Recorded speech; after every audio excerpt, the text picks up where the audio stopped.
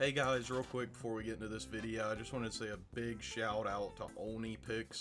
He actually watched the last video on his stream, and right here is where I would show footage of that if he didn't immediately delete the VOD after finishing streaming. Seriously though, I really do appreciate it, and it means a lot to me. Obviously, I got like a big spike in Twitch followers and YouTube subscribers from that, so I really do appreciate it. And despite everything that's going on right now in the news with Ohne, I do still support him, and I'm sticking to his side of the story when it comes to the stalking allegations. Anyways, thanks again to Ohne and his community, and let's get into the video. The date is April 15th, 2015. A date like many other days. You go to school, go to football practice, and then go home to play Counter-Strike. But you notice on the landing page of CSGO, a new crate has been added to the game along with a few minor adjustments. When perusing the crate, you are initially disappointed due to the fact that it is full of some of the worst skins you've ever seen. But as we get to the covert skins, you begin to notice a change. First, we're introduced to the MAC-10 Neon Rider, and it's a pretty good skin. Looks like it was pulled directly out of Hotline Miami, kind of has like some cyberpunk kind of vibes going on with the bright blue and the bright pink contrasting one another on kind of a blacker background, with some kind of cyberpunky looking biker with a skull helmet on the front. It's a pretty solid skin. But as we pan to the next skin, our mind is blown. The M4A1S hyperbeast. This giant, absolutely wicked looking beast with veins going everywhere, these giant menacing teeth, a tongue perfectly lining up with the trigger of the weapon. It looks gnarly. Even the name Hyperbeast is an absolutely perfect name for this weapon. Hyper obviously reflecting the neon blue, the neon green, the orange yellow teeth, a color scheme you wouldn't expect to be associated with a work that looks like this. And then Beast obviously reflecting the monster adorning the gun. Now, let's fast forward to present day. We've been lucky enough, due to the success of the first Hyperbeast, to see 3 other Hyperbeast skins added to CSGO. One for the 5.7, one for the Op, and one for the Nova. Now, each of these skins is incredible on their own, and each have their own kind of unique style to them, no two looking exactly similar, but all following that kind of neon monster kind of style. But these skins aren't the focus of today's video, as I'm sure most of you are very familiar with them by this point. Today, I would like to focus on the artist behind the skins and some of his past and present works, as well as some of his skins he's made that haven't been put into the game. The person behind the Hyperbeast skin line is a Canadian artist by the name of Brock Hofer. And as we go back and we look at some of his earlier works to present day, you'll see that he's always loved drawing these neon monsters. And after going to his Instagram and scrolling down until my finger was purple, I really enjoyed seeing these black and white figures that are still incredibly impressive turn into these giant bright neon monsters as time went on. I also have to say I really enjoyed seeing some of his works that strayed away from this style. Often client-based work where he was given a task of not drawing a neon monster, and it really shows how incredible of an artist Brock is. Here is some of my favorites where he did dragon smoking cigars for a cigar company, and that one in the middle I just absolutely love. Something else from the early days of Brock's Instagram I thought you guys might enjoy was right here. You can see he shows a screenshot of the M4A1S hyperbeast and says, all done with these for now. And it's just crazy to think about how long ago that was to me. Okay, now's the part of the video I was most excited for. I'm gonna go over a bunch of the skins Brock has put on the workshop that have yet to be added to CSGO. Now, my first take of this I recorded and it took me about 35 minutes and I went through everything, the weapons, the stickers, all of it. I'm gonna go ahead and post that as a separate video. It's gonna be pretty much uncut, just my raw reactions to all of them. And this is going to be my second go through, kind of picking out favorites, no stickers, just weapon skins. It's also really important to note, on a few different of these skins, Brock also collabed with other artists. Now, obviously, I don't talk about them very much because we're kind of just looking at Brock's art. Down below, I'll link all the skins we talk about, and you can go to their page and support them by clicking you want to see it added to the game. We start out with the P90 hyperbeast. Initial thoughts looking at this one, very cool, very similar to the op. Only problem is I think that circle in the P90's handle kind of obstructs our monster a little bit, and I think one of the solutions for this one is maybe we move that monster back a little bit. Definitely still a fan of it. I think we could see it possibly added to CS in the future, but like I said, I would like to see that monster moved back a little bit so I can like truly marvel at that like big mouth. Hey yo! Let's go to the next one. We've got the USPS hyperbeast, and this one I am like completely shocked. It has been on here since 2015 and we have not seen it added to the game. I think it looks very solid. I think you know, very different from our other hyperbeast skins. Obviously they can't be, you know, all being the same kind of line. We're gonna see similarities, but I like that like splash of pink toward the front of it that extends to the suppressor. We see that kind of trigger tongue that we know Brock loves to do, and I'm a big fan and I hope to see that one added in the future. Moving on from there, we go to the MP7 Necrovore. I like this one, and I could see it being a blue purple and kind of like maybe a Halloween / undead themed crate in the future. I love the green kind of exoskeleton going over it, and that's something we're gonna see a lot more of as we move through these skins. I like it, and I would like to see it added eventually. Okay, going to the AK-47 Sugar Rush. I definitely like this one, but I don't think we'll see it added. I just don't think this is something other people are gonna like as much. This is something that's kind of like down my alley because I'm fat. No, I am fat, but the reason I like this one is just because, like, you know, in League of Legends, there's a skin line called, I think it's literally called Sugar Rush, and I love the skins from that. I love when people do that kind of like aesthetic of just fully making something out of candy. I think it looks cool. I like across the top, you know, he does these little indentions. It kind of makes me think of like a Hershey's bar or whatever. Very cool. Would like to see it added. Don't think we will. And then we go to the AK Hyperbeast, which I wasn't even aware Brock had made when I started looking at these.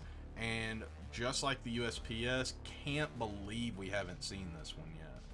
I think surely at some point we will see this in Counter-Strike.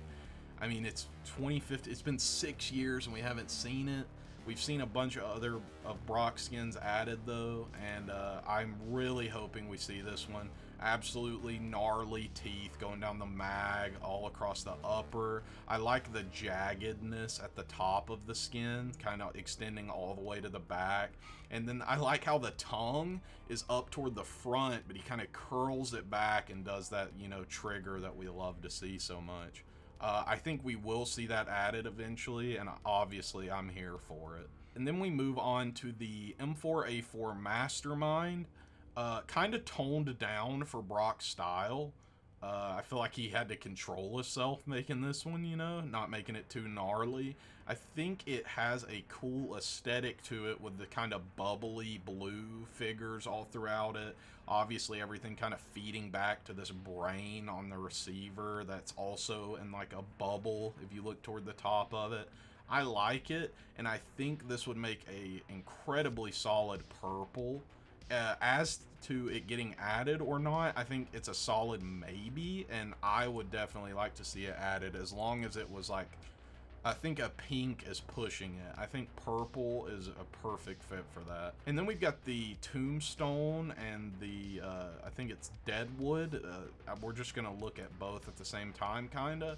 And I'm instantly more of a fan of the Tombstone as it's giving me like kind of H.R. Geiger vibes. If you look toward the front and you kind of follow as it sways down the middle and then inches like its way toward the trigger, and you know, we love seeing that. I love seeing that when Brock like incorporates the trigger like that into it. I think it's very cool. I think both, you know, you could be a fan of either easily, but I kind of am leaning toward the gray one. And looking at the wear tick through, I very much like this one, even in, you know, kind of battle scarred or lower wears. And I think we could see it in a special case, you know, one that has a theme that kind of aligns with the style, and I would definitely be here for it. MP9 Molten Core, not as much of a fan of this one. I think it's cool. I think something about that like zigzagging in the middle leading to that big pool of like kind of molten,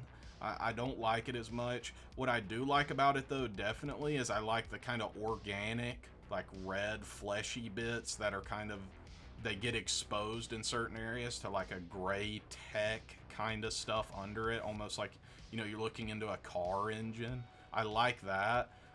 I still think we could see this one added as a blue at some point, and while it isn't my favorite, I would obviously like to see that.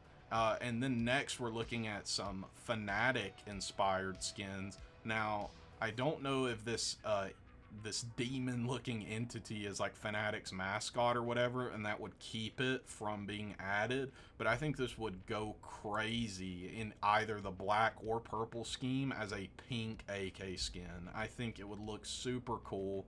Hopefully there isn't some kind of Fnatic symbolism in it that it would keep it from actually being added to a case, because I do think it's a really cool skin in either of the colorways, and I would definitely like to see it added. Will it? I really can't say, because it kind of all boils down to, I'm not like an expert on Fnatic or whatever, but I don't see anything in it that's like drawing it to Fnatic exactly. And maybe if there is something in it and it's not the big creature in the middle, it's something, you know, if Valve wanted to add it, Brock could kind of change it up and make that happen. But I would definitely like to see it added.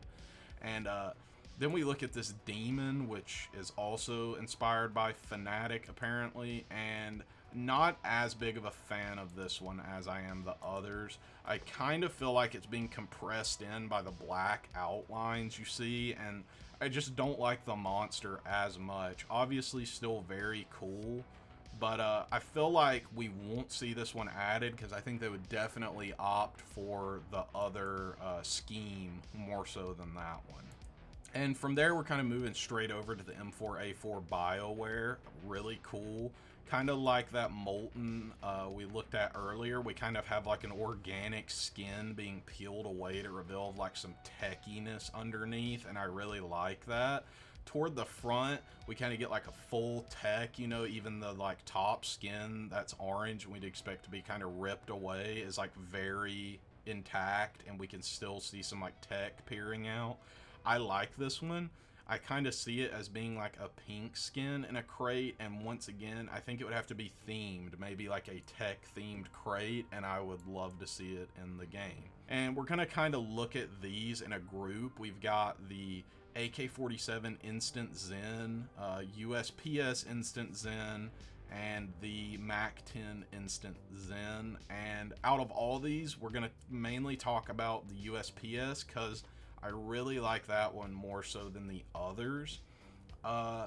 I think something really cool here too is that he kind of, this is for CS20, and he kind of hid CSGO 20. You can kind of see it on the stock there in this design, and obviously with a big design like this, an elaborate pattern, you can get different kind of camouflage values, you know, when you open it, and I think that would lead to some really cool like skin codes, for example, where like the CSGO 20 is on the receiver or it's on the handle, and I think that would be really cool. Do I think we'll see it added? Probably not anymore, because we know what made it into CS20, and this obviously didn't make the cut, and it has that kind of CS20 like built into it with that like green text, so I don't think we'll see it added. It's unfortunate. I like that 70s style of it, and I think it's, yeah, like I said, mad unfortunate it didn't make the cut. Then we go to the MP7 and the sawed-off Terror Beyond. Definitely a fan of these. I think this color scheme isn't used a ton in Counter-Strike, with the mainly blue being contrasted by some like dark reds. I love the gritty teeth and the eyes everywhere, and out of the two, I think I like the sawed-off more. Do I think we'll see it added? Potentially. I think this is another niche one where we need a crate that's calling for kind of a, you know, scarier kind of aesthetic, you know, like Dreams and Nightmares potentially. Then we've got the CS20 SG553 Arctic, and I think out of all of them, I didn't like this one the most, and the reason why is, you know, we look at it and it's kind of like a frozen appearance, and almost you're like, Brock made this? That's kind of crazy. And then you look and we can kind of see the skin we just mentioned potentially laid underneath, and it's very opaque. You can kind of barely make it out toward the top of the gun, and you know, obviously we love Brock's art style. That's what we're here for. I want to see that kind of sticking through more. I think there was opportunity, you know, this one's called Arctic. We could have saw Brock make kind of a like frozen monster, and I'm not saying he has to make it the main focus of the weapon, but you know, it could still be this kind of like really solid like frozen steel at the bottom, and then we kind of see it come into play toward the top, more so than what we're seeing here where it's kind of muted. Not a fan of that one as much as the others, and I don't think we're gonna see that one added. And then we get into some skins that are more recent that I really like this FAMAS Lost Souls. I think this one's incredibly cool. We've got teeth all over it, eyeballs all over it, going everywhere. We've got kind of that fleshy undertone that we love so much about Brock's skins. And also here, I know there's people that are like very scared of things with holes in them, so you can use this to kind of like have mental warfare. You know, if you lose on a save round, they may opt to not pick up your FAMAS, not because it's a dog shit weapon, because they're scared of the holes on it. So I would love to see this one added. I think you could kind of fit this into any case, and I would say it's probably going to be like a blue purple. I don't know why I can't see that one being much higher than that. I know it's a FAMAS, and that's an obvious reason that it wouldn't go very high, but I don't know. I just see that being kind of like a blue for some reason. And now, this was my favorite discovery across all these, the 5.7 Eviscerator. It's Brock's style very much, but we see him go for an actually more organic kind of color scheme, you know? Like almost a horror type. Like, we see teeth being actually white. We've got these kind of darker bones. The only thing, you know, we've got like the purple organs going all through the top and toward the back side. But I love this one. It kind of gives me like manga, kind of comic book vibes. This one I would love to see added, and I think has a good shot if we do get that kind of horror Halloween themed crate someday. And then we've got the MP9 Terrorbat. classic Brock style, giant monster just yelling at you. Only difference though is normally I think we see him try to build the monsters to fit into the gun in a certain way. And with this one, it's kind of like he had a monster and then he put it on the gun. Like, you know, we can see its hand here kind of leading down into that. And it's like really coming out of the gun and yelling at you. I think that would make a cool inspect animation, because, you know, the MP9, you kind of just like point it at your face. I think that would be cool. I think there's a chance we could see it added, and I would like to see it added personally. Yeah, I know you're doing that fucked up face you always do in that one. Just don't worry about it. We'll do another one in a little bit. If you made it to this point in the video, thank you so much for watching. It really does mean a lot. I know this was kind of a longer one, and there were a few different ways I kind of wanted to go with this one. I think there could potentially be another video here just exploring Brock's works that don't have anything to do with CSGO.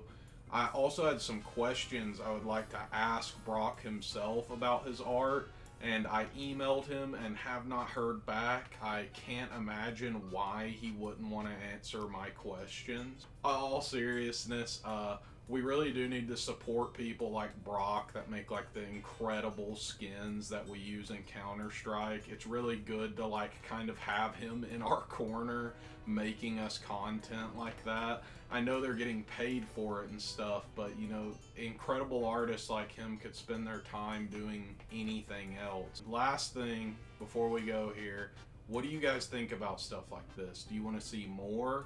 I tried to keep it more having to do with the skins he made in CSGO. Do we want to see this with other skin lines other than hyperbeast? Would you like me to go more in depth about the artist's works that don't have anything to do with Counter-Strike? I'm kind of experimenting here, and I would love to hear what you have to say about it. Also, if you disagree with any of my takes, you can go down in the comments and tell me what you think. I would absolutely love to hear it. Okay, I'm done now. Thank you for watching, and I'll see you guys next time.